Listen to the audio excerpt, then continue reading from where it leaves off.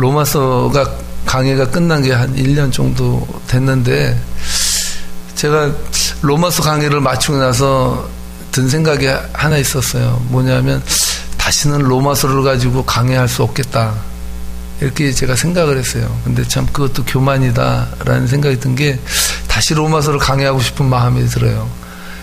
신기하게도 이 하나님의 말씀이 여러 가지 빛으로 우리들에게 비춰진다라는 거.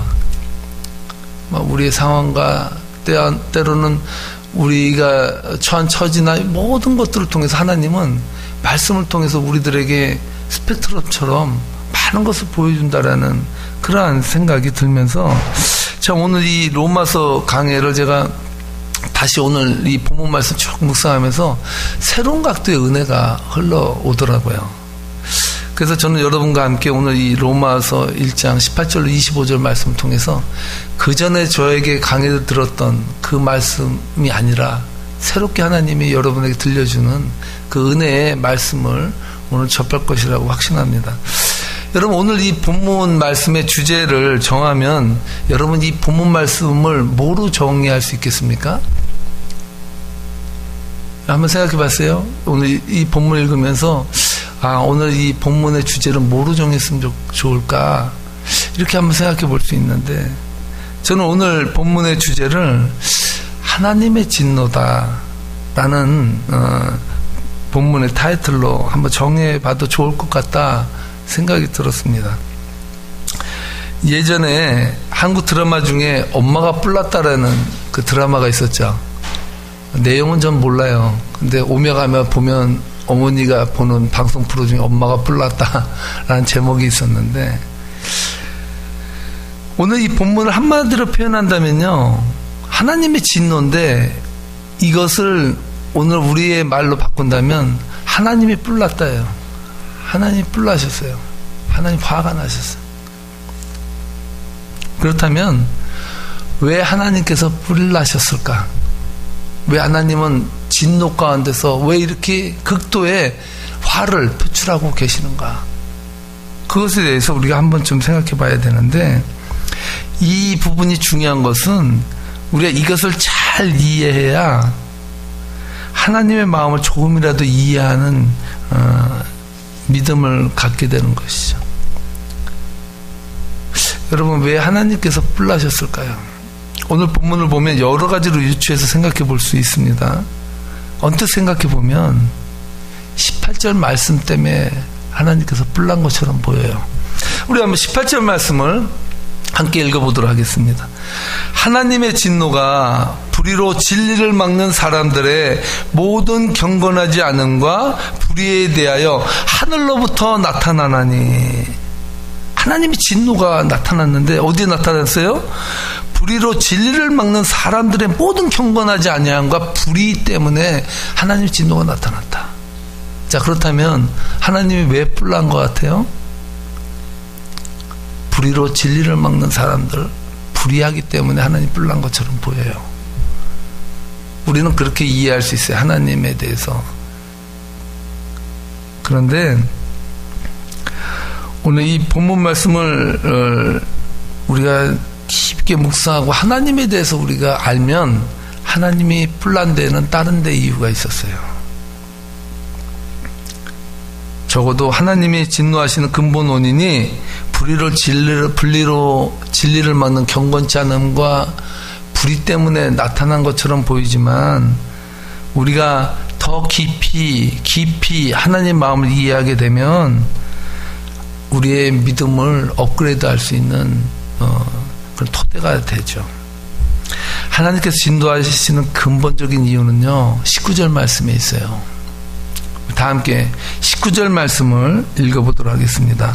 이는 하나님을 알만한 것이 그들 속에 보임이라 하나님께서 이를 그들에게 보이셨느니라. 하나님께서 뿔난 이유는요 물론 불의로 진리를 막는 것은 밖에 난 현상이에요. 그런데 근본적으로 가장 큰 문제는 하나님을 알만한데 그 하나님을 경배하지도 아니하고 우상으로 바꿔버렸다는 데 있어요. 여기에 하나님 화가 났다는 거예요. 하나님께서 인간들에게 진노하신 이유는 불의로 진리를 막아 서기 이전에 잘못된 것을 알고도 죄를 계속 지어가는 인간, 그 인간을 향해서 하나님 화를 내신다는 것이죠. 잘못인 줄 알고도, 죄인인 줄 알고도 고의로 죄를 짓고 있다는 것이죠. 이것이 인간이 가지고 있는 현주소라는 것을 적나라하게 바울은 오늘 이 본문을 통해서 우리들에게 깨닫기를 원하고 보여주기를 원한다는 것입니다. 여러분, 인간이 얼마나 간팍하고 인간이 얼마나 하나님 앞에서 불의하고 죄인인가를 알 수 있는 구절이 있는데, 우리나라 속담에 빈대 잡으려고 뭐 합니까? 빈대 잡으려고 초가삼간 태워요. 제가 예전에도 말씀드렸죠. 한국의 재판 중에 소액재판이라고 있는데, 이 소액재판은요, 예를 들어 100만 원을 때문에 소송 걸었는데 나중에 법정 비용이 1,500만 원, 2,000만 원씩 들어가요. 변호사 사가지고 싸워가지고 끝까지 한번 가보겠다고. 이것이 인간이 가지고 있는 그런 본능적인 죄성이라는 것이죠. 여기서 보면 불의로 진리를 막아선다는 것, 이것이 무슨 뜻입니까? 불의로 진리를 막아선다는 것, 이것을요 우리는 이렇게 해석할 수 있어요. 원래는 자기의예요. 자기의인데 그 의가 하나님의 의로 둔갑해버리는 거예요. 이것이 바로 불의로 진리를 막아서는 그러한 일을 행하게 된다는 걸 보고 있습니다. 이것을 하나님은 모든 사람에게 무엇을 통해 알게 해주셨냐면요, 우리 로마서 공부했죠. 모든 사람에게 하나님은 믿는 자나 안 믿는 자나 누구나 할 것 없이 하나님이 우리들의 심령 가운데 준 게 한 가지 있어요. 뭐라 그랬습니까? 그렇죠, 양심이요. 하나님은요 우리의 양심을 통해서 사인을 끊임없이 보내줘요. 화인 맞았다는 것은 뭐라 그랬습니까? 그 양심이 묻어지는 거예요. 그 양심이 작동을 안 해. 그러면 그것은 그 인생에 대해서는, 하나님에 대해서는 완전히 사형선고랑 마찬가지예요. 이것이 바로 하나님의 진노를 산다는 거예요. 알고도 짓는 죄가 하나님의 진노를 이룬다는 것입니다. 여러분, 법정에서 범죄자를 다룰 때 가장 중요하게 여기는 것이 한 가지 있어요. 그것이 뭔지 아십니까? 고의냐 계획적이냐. 이것이 법정의 형량을 좌우하는데 가장 중요한 항목이에요.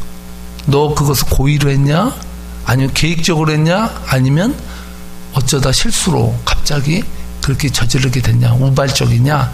이것에 따라서 형량이 달라진다는 것이죠.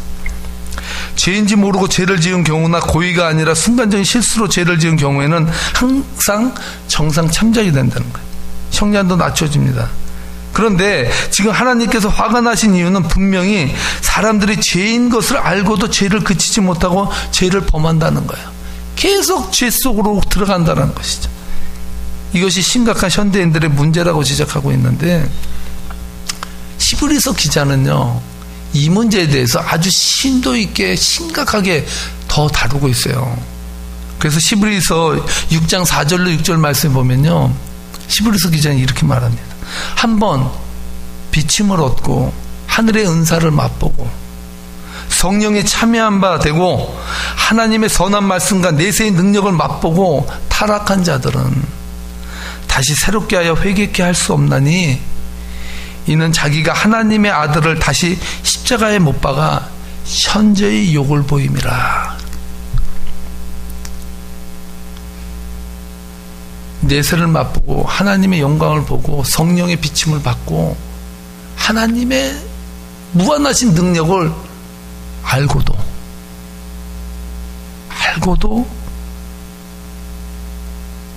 그러한 일을 우리가 할 때, 다시 하게 될 때, 그것은 성령 하나님을 심각하게 욕보이는 것이다. 십자가에 다시 예수님을 못 박는 행위다라고 히브리서 기자는 말하고 있어요.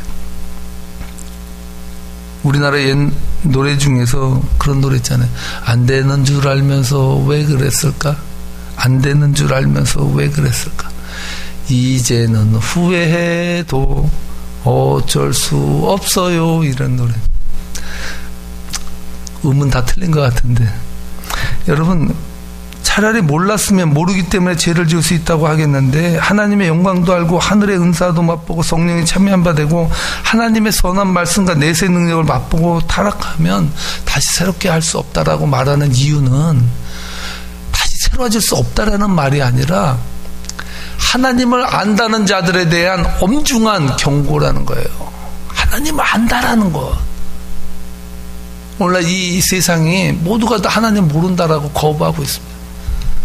이 세상 가운데 하나님 분명히 말하는 거예요. 너희들에게 하나님 알만한 것을 다 줬다. 양심을 통해서 다 찔림을 주고 바르게 살아야 된다는 걸, 도덕적 기준도 하나님께서는 인간들에게 마련해 줬지만 너희들이 그것을 알고도 행하지 아니하다. 이것이 하나님의 진노를 산다라는 것이죠.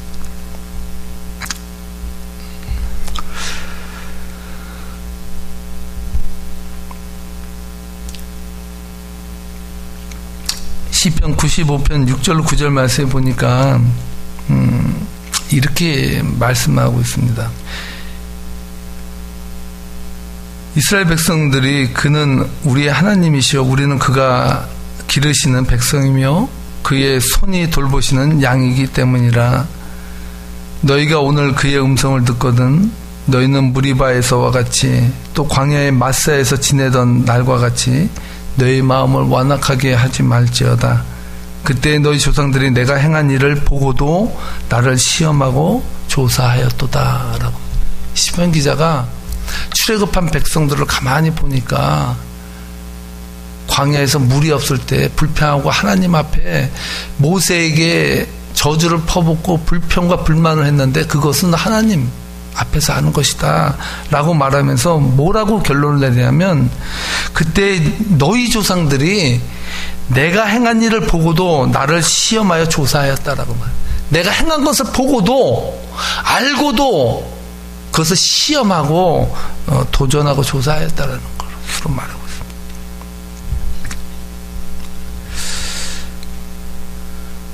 여러분, 이러한 일들을 행하는 자들에게 내린 하나님의 심판이 아주 기가 막힙니다.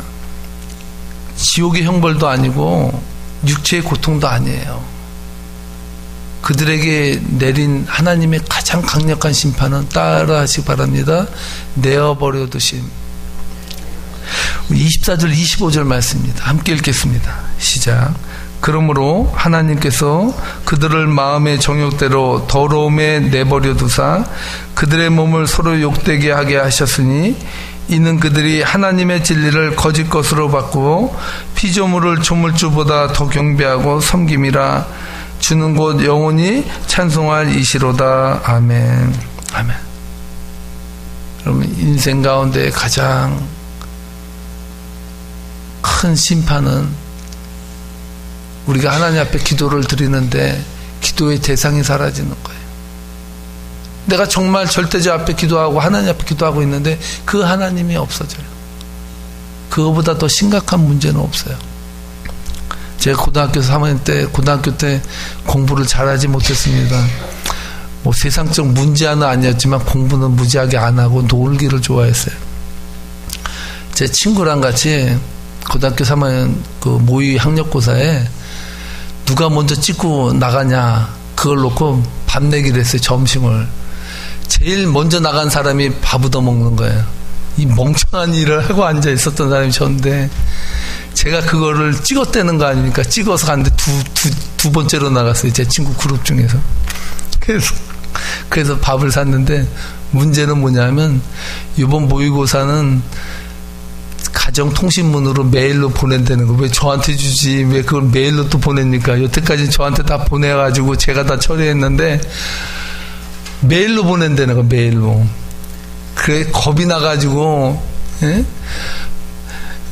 죄인이 구리다고 매일같이 그냥 먼저 가가지고 메일부터 체크하는데 하루는 딱 갔더니 어머니 아버지가 딱 앉아 계신데 그 앞에 손에 성적표가 들려져 있는 거야. 그때 한 54명인가 중에 한 48등 정도인데, 아니 그렇게 찍어도 열심히 앉아 있는 애도 저보다 또 못한 애도 있어요. 보니까 그 성적표를 딱 들고 어머니 아버지가 딱 계신데 죽었구나. 그렇게 제가 딱 앉아 있는데 저희 아버지가 의미심장한 말을 딱 하는 거예요. 뭐라 그러냐면 실망했다. 이제는 네가 알아서 살아라. 내가 이제는 간섭 안 한다 이러더라고요. 여러분 자유잖아 자유. 실망했다. 그거는 뭐 슬퍼. 근데 앞으로 간섭을 하는데 야 프리다. 이제 나는 자유야. 이제 내 마음대로 살 수 있어. 기뻐야 되는데 눈물이 나오더라고. 이거 어떻게 된 거야? 우리 집안에서 나 버려진 거야 이제? 괴롭더라고 괴로워. 저는 이 내어버렸다는 것이 뭔지 저는 실감했어요. 내어버린다는 거. 너 이제 내 자식 아니야. 너 이제 네 마음대로 막 살아. 네 의지대로, 네 정욕대로, 네 감정대로 네가 하고 싶은 다 해. 그렇게 이야기하는 것이 축복이 아니라 저주라는 거죠. 저주. 그보다 더 심각한 문제는 없어요. 우리가 하나님의 나라에 갈 때 하나님께서 우리를 보고 난 너 몰라. 정말 실망이야. 이렇게 말한다면 여러분 세상 거 다 얻어도 다 허당이에요. 아무 의미가 없어요. 사랑하는 성도 여러분, 하나님은 진노하셔요. 진노하시는 이유는 우리가 불의를 행하고 불의로 진리를 막았기 때문 이전에 하나님을 알고도 그런 일을 하고 있다라는 거예요. 오늘 이 시간 하나님께서는 하나님을 진실되게 알고 그 뜻을 살피고 살아가는 자들 찾고 계세요. 우리 세계명교회 성도님들이 그러한 인생을 살아가는 복된 삶이 되시기를 주님의 이름으로 축복합니다. 기도하시겠습니다.